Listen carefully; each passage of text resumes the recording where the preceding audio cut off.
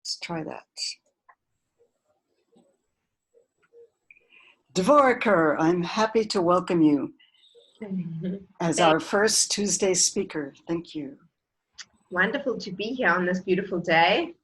And it is a beautiful day, even though it is boiling hot outside for those who are living in Israel. I ran a meditation class this morning, and we just started the day by going into that space of feeling gratitude for Tuesday. It's just an ordinary day, but we all got it.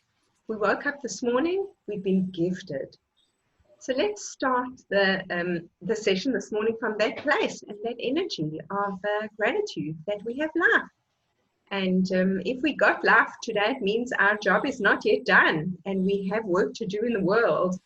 So this is a beautiful forum that the Rices are offering. And actually a couple of years ago, I was a speaker in Jerusalem I spoke on logotherapy there. It's not my topic for today. It's wonderful to be part of the program again, and nice to see some familiar faces, and welcome. So just a little bit of background about me so you know how I come to speak about this. I'm a rheumatologist, and from a growing frustration of working with people who came to me, say cancer patients or infertility patients, who would ask me, why can't I be well? Or why do I have to be sick? Or why can't I have a baby? I was like, let's just work your feet. Let's work your hands. Let's get your body right and your hormones right and your immune system strong. And that wasn't enough for me because I wanted to help people with their why me questions. Why do I have to be sick? Why can't I have a baby? And so I went on to study logotherapy, which is the teachings of Dr. Viktor Frankl. He was a survivor of the Holocaust, and he wrote the magnificent book, Man's Search for Meaning. So that's like mandatory reading for everybody if you're looking for something to do now. It's all about finding meaning in our struggles and our difficulties. And something which is actually incredible about what's going on in the world right now is every single human being has been affected by the same thing, right? And this was actually Dr. Frankl's experience in the concentration camps. All the inmates there had the same conditions. They all had no money, no family, no belongings, no clothes, no hair, no names, yet everyone experienced it differently. So we're kind of finding ourselves in a situation where the whole world, the whole of humanity is experiencing something the same, exactly the same. The circumstances are the same, but we are all responding differently, right? So that's not actually where I'm heading off to today, but that's just how I work with people, is how to respond to your circumstances. And this then led me on a journey to go and study about mental imagery. Mental imagery is a type of visualization, imagery, using our minds to help us heal. How we can go into our bodies to come to that place of healing, right? And it's not just about the physical problems. It works for physical equally well as it works for emotional. So it's not just about your constipation or your hormone or your digestive issues or your infertility or your menopausal issues that we can work with through imagery, but it's also your anxiety and your past hurts and things which I call unfinished business. Now, unfinished business is the stuff that happens to us in life where we just say, I can't deal with that. I don't want to talk about it. And we push it away. It's unfinished. Everyone has difficulty. Doesn't matter what your race, what your age, what your social status is, or your financial status. Life happens to everybody. Even the Queen, as you were just saying, is also in lockdown, right? Life and challenge happens, and she's got her own Taurus in her family as well. So life happens to everybody, but how we deal with it is up to us. So when I work with people, it's about empowering the person to that knowledge that I can help myself and I can be an active participant in my healing journey. It doesn't mean I don't work with doctors. It means I work together with doctors. I'm driving the car and I'm saying where we're going. And it's from me, who I am, that's getting me to the place of healing that I want in my life. So mental imagery, I studied with a magnificent human being. His name was Dr. Gerald Epstein. I studied with him online and for over a year, intensive classes 3 times a week, and the most exquisite human being who passed away in his 80s a year ago. And in that time, my life changed with using imagery to not only help myself to heal my aches and pains, but also my deep heart aching pains, but to help others on their journeys to well-being. So when I first met with him, he said to me that mental imagery is about the science of being human, right? And I was just so drawn by those ideas, right? We've come here not just to live, but we've come here to live. And using mental imagery can enrich that experience for us on such a deeper level. So Albert Einstein once said, imagination is more important than knowledge, right? So mental imagery uses imagination. So everyone right now can imagine a holiday that they were once on. You're stuck in your room inside, but you can imagine the holiday. You can picture it. You can imagine yourself eating an exotic mango right now. Can you picture that? Can you see it? So in our minds, we can do anything. It's limitless. It doesn't have to stop with things we've done before or what we'd like to do. It can be also things that are impossible. Like you could see yourself jumping from cloud to cloud or breathing underwater. In our imagination, anything is possible. So we use this to go to that place of healing. So 2 years ago, I attended a Tony Robbins workshop in the United States, and it was a full day workshop. And when I say full day, it started at 8 in the morning and it ended at 1 a.m. with no breaks. And you didn't need breaks because it was pumping and filled with so much inner and personal growth. And at the end of the first day, we walked on hot coals, right? 10 feet of burning, boiling hot coals. And we spent a full day, at least 10 hours, preparing for this experience. Now, while the experience took place with me physically walking over these hot coals, the actual experience took place in my mind. It wasn't about my feet. It was about my mind. So our mind is very powerful. And before I went on the conference, I knew that there was this fire walk. And I was quite wary about it. There was a little bit of anxiety. Would I be able to do it? Would I burn my feet? What would happen? Would I get blisters?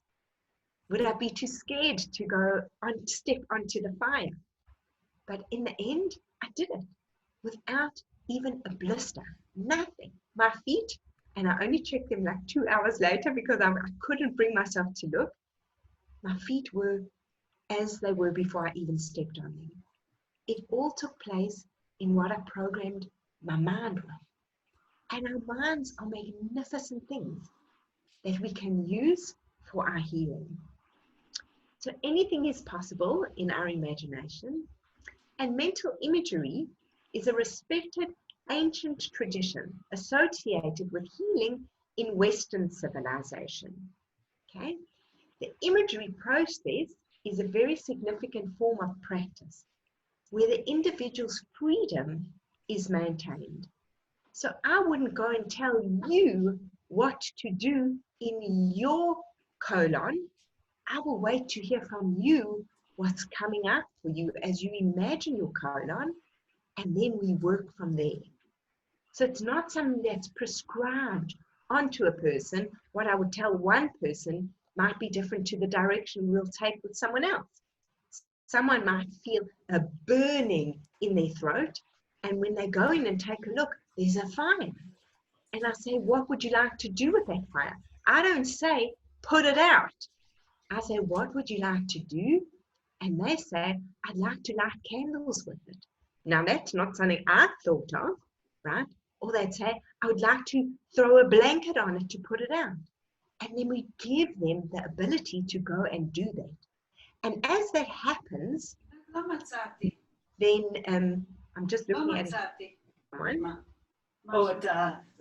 As that happens, and we go in and we start to correct and make changes, we're able to, someone needs, yeah, let's just see the participant. I'm just gonna,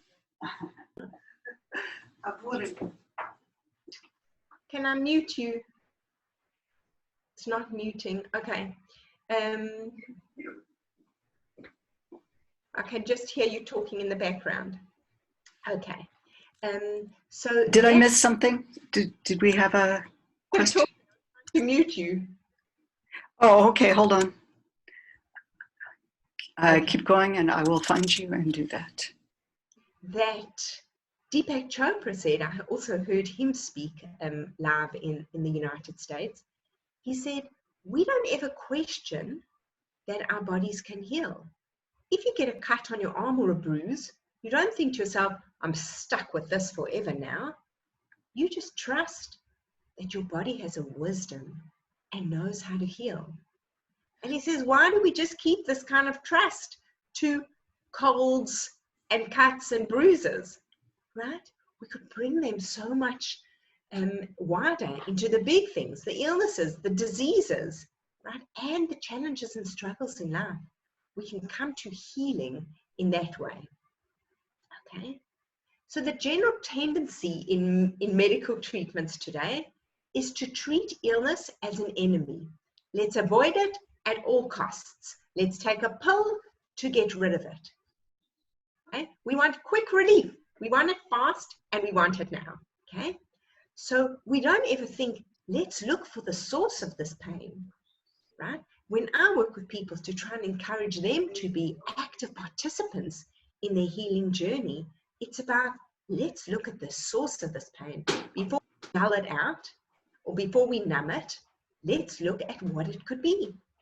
If there is a pounding headache, what could that be? Who in your life is pounding you? Perhaps there is a message there about some personal growth or a relationship growth that you could work on to change that pounding in your life. Then you don't need the headache to come and give you this message. So Western medicine just goes the route, and I'm not saying we don't use Western medicine. I'm saying we have an obligation to be responsible for how we show up. Not just saying, fine, I'll pop a pill and everything will be gone. But we can take it even a layer deeper. Okay, so we don't want to just go for that quick relief. Sometimes we need to, but other times we can take a deeper look. What is my body asking of me? It's the first indication that something is out of balance. When a symptom arises, it's an indication. Hello, knock, knock, from the inside. Take care of me. Something's out of whack here. And when we quickly try and numb it or get rid of it, we miss the opportunity. So mental imagery gives us an opportunity to look at these things.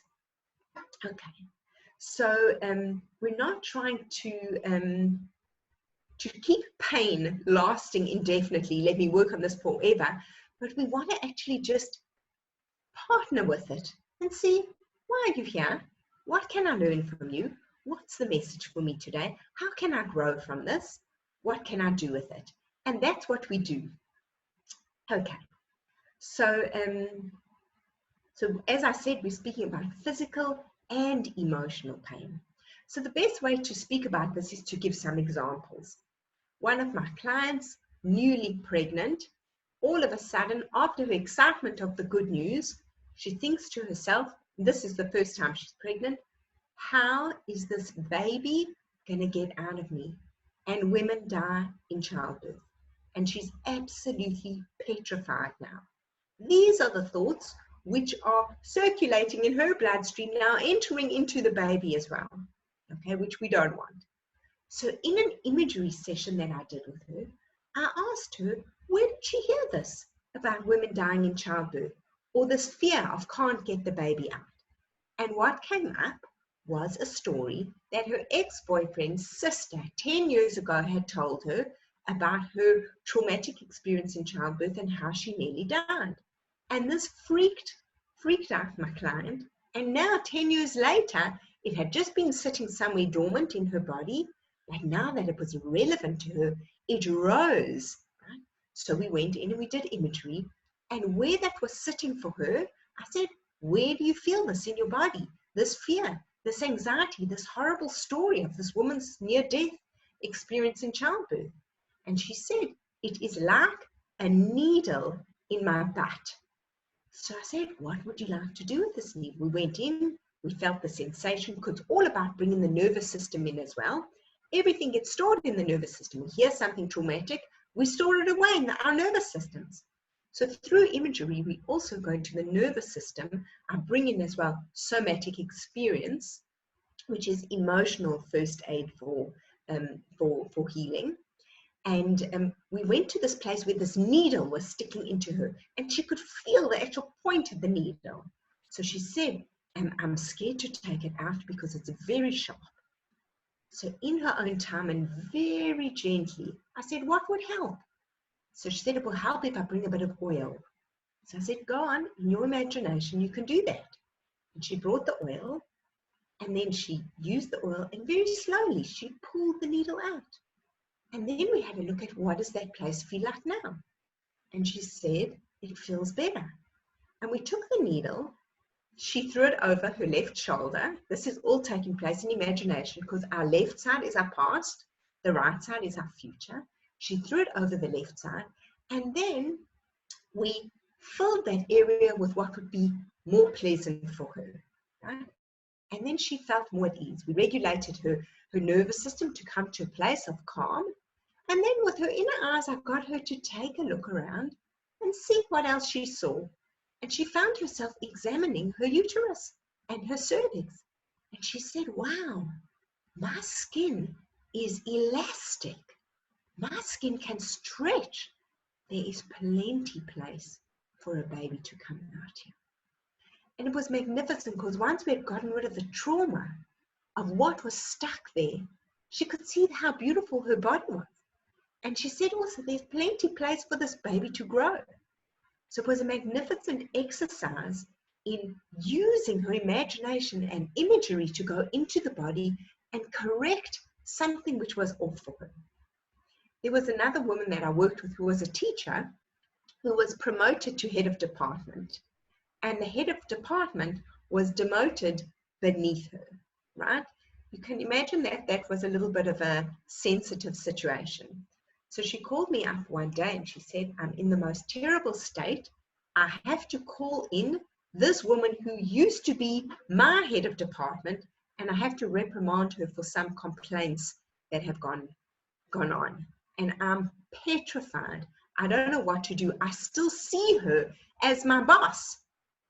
So we did a whole imagery as how she saw this woman, right? And what we did in the imagery is I said, what do you want to do? Because she saw this woman towering over her. She said, I want to make her small. I said, go ahead. This is your imagination. You can do what's right for you. And she said, the woman shrunk like in Alice in Wonderland. That's how she described it. And she said now she was looking down at her and she was speaking to her in the way she needed to from a head of department position speaking to a teacher. And she said, I can do this. And then she said, now that she actually witnessed the whole encounter, she said, the teacher turned around and waddled out like a duck and left the room. And that left her calm, ready now to go on to her encounter. There's one more example I'm going to bring for you before I go into the process of how we go about this. So another client of mine who I had been working with in coping with her father who was dying from ALS. And after he died, she had many conflicting feelings around their relationship. So and she felt guilty about this, right? It's not easy when someone dies to think badly or poorly about them. So she was remembering when she had come to live in Israel at the age of 10 from Russia. She said her parents were foreigners the whole time that she lived here, and she struggled to fit in. And at 10 years old, when there was Purim, she wanted to dress up like all the children in her class. But her father was adamant that she went in Russian traditional costume. And she didn't want to do that. But her father wanted her to keep to her heritage and her traditions. But she wanted to fit in with the little Israeli children. And in the end, her father forced her to go like that. And she still, so many years later, was carrying that pain around with her. So this, what I did with her, is called a correctional experience. We went in and we saw her speaking with her father. She was 10 years old. We saw her dressing up in the outfit that her father wanted her to wear. And then I said, what do you want to do? So she said, I want to explain to my father so he will understand how I'm feeling. And I said, well, go ahead. And she saw her father there and she spoke with him. And then she had a beautiful conversation with him.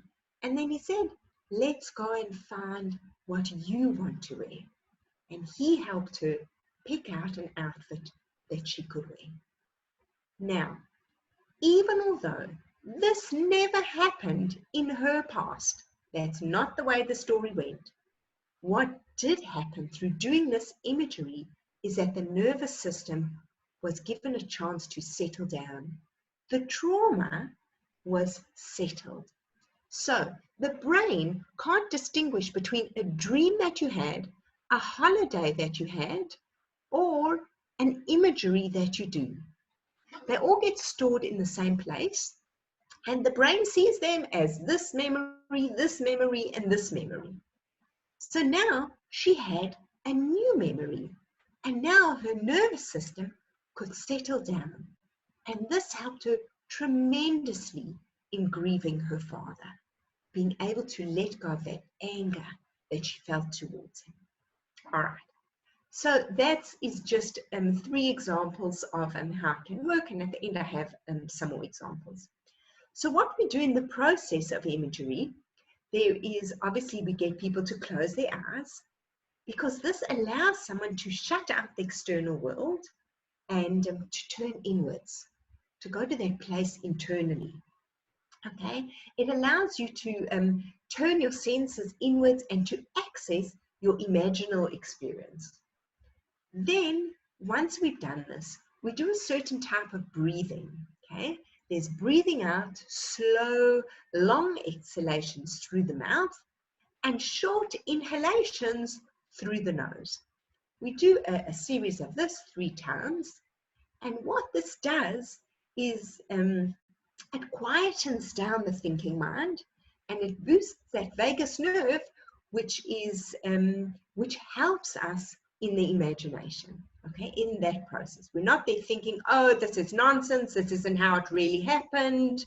We really are able to go to that place of finding the place where it's burning in me and what that looks like, not what there's no fire going on in me. The mind gets quietened down through this breathing process, right? The deep inhalations, which we do when we need to calm down, what that does in that type of breathing is a stimulation of the adrenal gland, promoting an outpouring of chemicals. That's not what we want here. What we want is the long exhalation. This opens up the imagination and calms down the body. Okay. So when we're working with people who have a physical ailment or a disease, something like that, it's very important that they know about the physiology. Can't speak to someone about kidney stones if they don't know what their kidney looks like or where it is in their body, right? We can't speak about opening up the lungs or healing pneumonia if they don't know what the lungs look like. So it is important to be able to educate someone or show them a picture. This is what this body part looks like, and this is what it's responsible for. This is what it's doing. This also helps the client or the patient to feel more empowered. I'm not being told, someone isn't running this process for me. I know what my kidney looks like. I can go and access it and I can go and help it heal. So what we're doing is we're not getting the person to be reliant on us. We're getting them to feel and connect to their own healing abilities.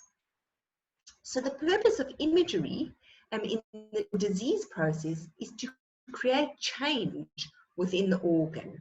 Okay, and there's 3 stages that we go through. The first is to stimulate the conflict.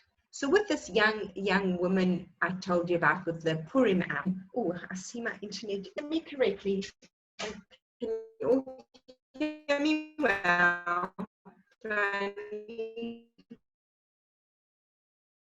Images.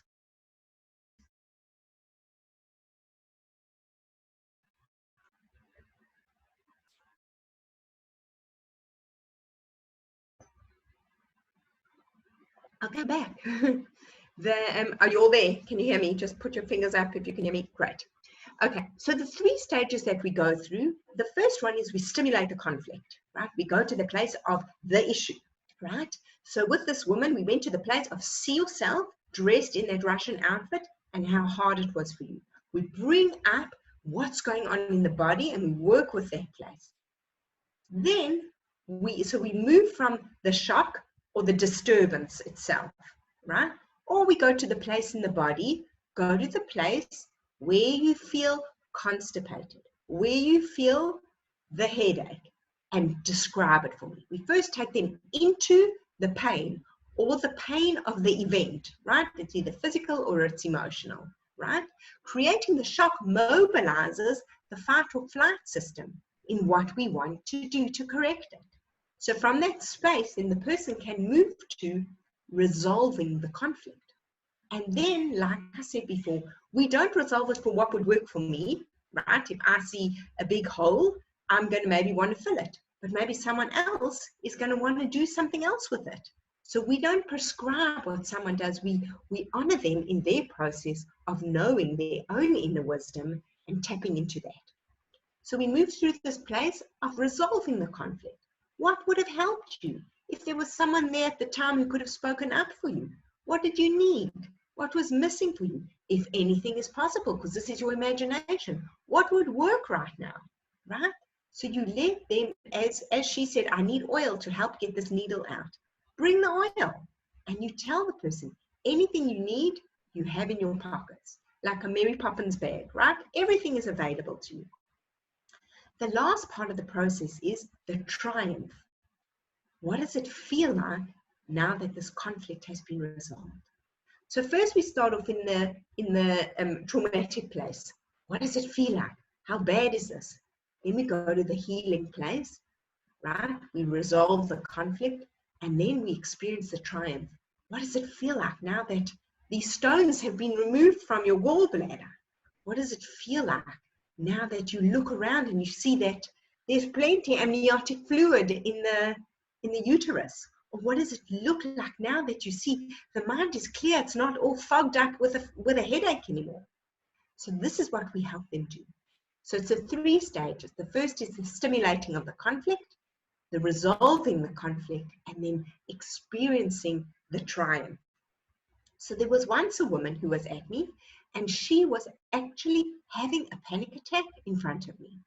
So she was all over the place and I was trying to get her to do imagery. And as I managed to calm her down a little bit, I said, describe for me what's going on in your body. And she said, there's butterflies everywhere. And she was even going like this with her hands, right? I can't. And she was panicking like this. So I happened to know this woman and I knew that she is dog fanatic. So I said to her, what would you like to do? So she said, what would help? I said to her, what would help get rid of these, would help you with these butterflies? I didn't say get rid of them. I said to her, what would help you with these butterflies? What would you like to do? She said, I wish a dog would just come and just eat them up. So I said, fine, bring on your dog, right? And all of a sudden you could see she was going like this and she was doing her work and her dog was there and she said, oh, he's such a good dog. And I said, what kind of dog is it? Make it very visual. She described the dog to me, what kind of dog. She gave it a name. And the dog ate up all the butterflies, and she moved into the space of healing. And from that space, then we could go into the place of triumph. Notice your breath. Notice your calm body. Just feel this now. And know that that dog is in you whenever you want to access it again. So this was another example of working with her. Now there's one other woman who had an experience where she was speaking to me about pain in her life of connecting to people. She was looking to be in a romantic relationship, and she felt that she has a type of unworthiness, and that each person, as she gets close to them in a relationship, she feels it's just, there's something missing with her, and eventually they break up. She's desperate to meet someone and really wants to be with someone, but this feeling of unworthiness makes her behave in a way of being unworthy. So we did imagery around this, and we see what's coming up. And we always respect, as I said, what the client brings. So she brought this this memory that she felt. Firstly, we went to, as you feel this unworthiness, where do you notice that in your body? And she went to the place, and we explored, what did that feel like? And I asked her, are there any memories coming up for you? And she said, yes, there is one. When she was a young girl, her father was obsessed with her not being fat, and he wouldn't allow her to eat certain foods. And junk food for sure was off the cards.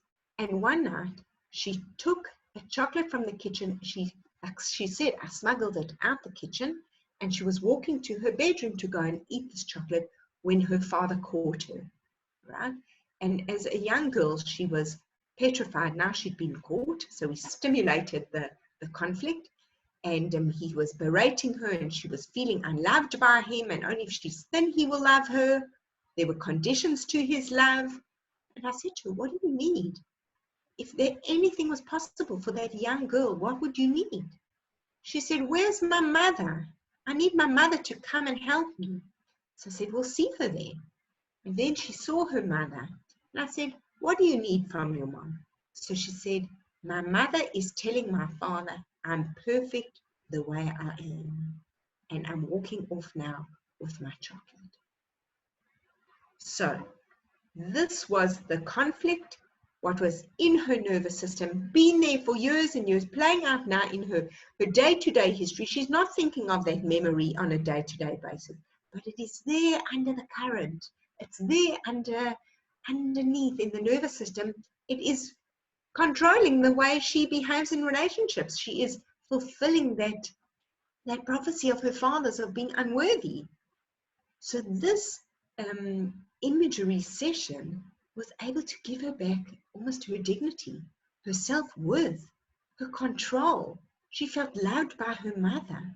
And even although it didn't take place like that, and she said to me after, I know my mother never stood up for me or never said anything like that. She just watched. She was quiet.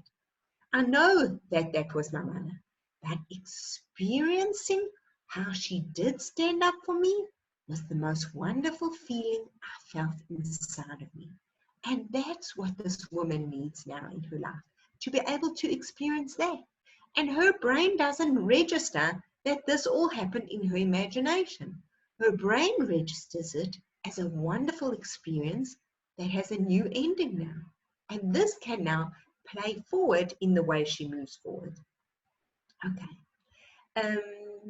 So imagery is something that we teach people how to do, and then we create a kind of a pattern for them, or it's not a pattern, but a routine for them to do it themselves. So this woman who I did that session with the chocolate, I said, I'd like you to practice this imagery twice a day for a week. And then we spoke a week later.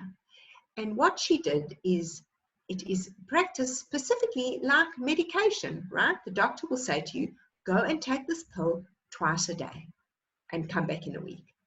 And mental imagery is about the same. It is about going to that place and doing the imagery, releasing something into your nervous system so that it can have an effect in the body. So that's exactly how it works. Actually, my teacher, he would say you can do it for 21 days, 3 times a day, right? 21 days is how long it takes to create a new habit. And this is very powerful in our nervous systems as well. So depending on the situation, this woman particularly, I knew that she was not yet strong enough to do this on her own. So a week later, we met again, and then we continued with what was coming up for her then.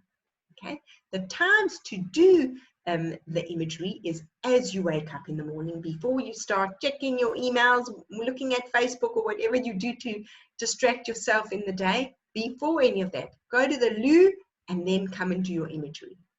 The next time to do it, if you're doing 3 times a day, is at sunset.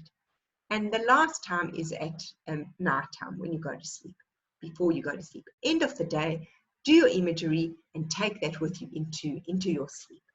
Okay. Now, there's a way to sit for imagery as well.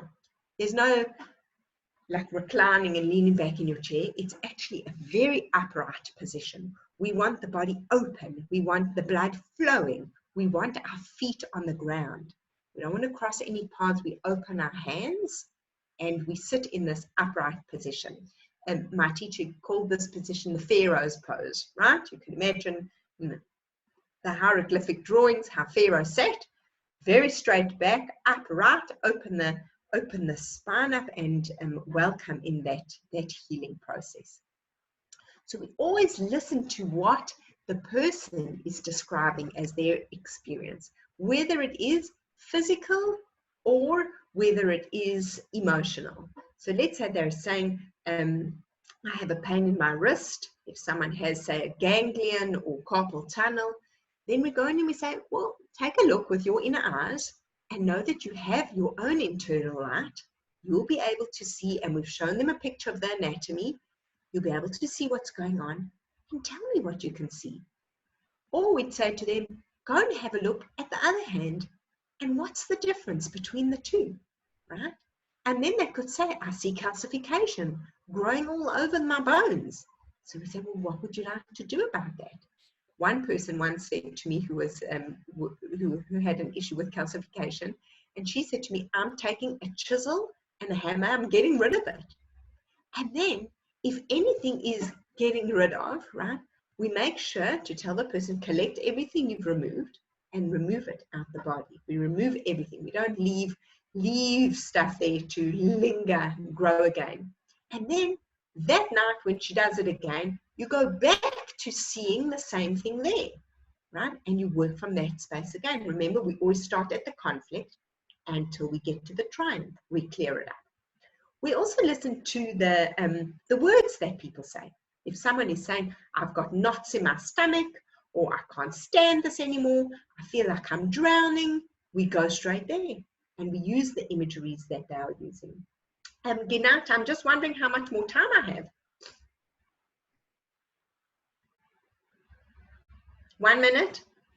Okay. Something like that. You are perfect. Okay, fantastic. So we always respect and follow the person's way that they are leaning towards. If someone says, I feel like I'm drowning, let's go there. What is the temperature of the water? What does it feel like?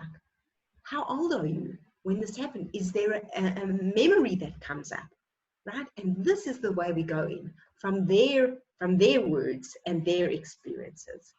So it's not a scripted thing, as I said. And we also encourage a person to find their own inner light. Find your light, your inner light, your healing ability, and go and take a look from that space. Okay? And we bring in colors as well. Different colors have certain properties in the body. Like just for example, blue is for healing and for anti-inflammatory. So we would use that. And I think that's where I want to really be respectful of time. I have another story to share, but I don't know if there's a new session going on. So yeah. We have, the next session is at 11. So if you want to grace us with one more. Okay, so I'll tell one more story. It was of a woman who came to me and she said to me, I don't know why I have this anxiety around preparing for holidays. She says, thank God we go on holidays, but when I have to come and pack my bags, I am just procrastinating, I can't get it done, I can't think what's clear to put in them and for the family, and I don't know what's going on here. Sounds like a simple issue, right?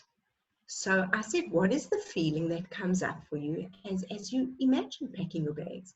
And she found something, right? And I said, let's go in there. Then we go into the imagery and see, how old are you when you first experienced this? What's coming up? Is there a memory? And she spoke about growing up in a family where she was divorced, where her parents were divorced, and where she had to pack a bag to go sleep at the other parent.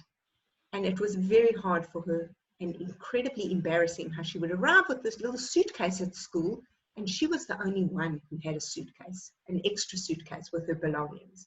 And this was terribly embarrassing for her. And she then hated packing suitcase. She was like, of course, that's where this comes from. So we went in and we saw what I said to her, what if anything is possible do you need to happen?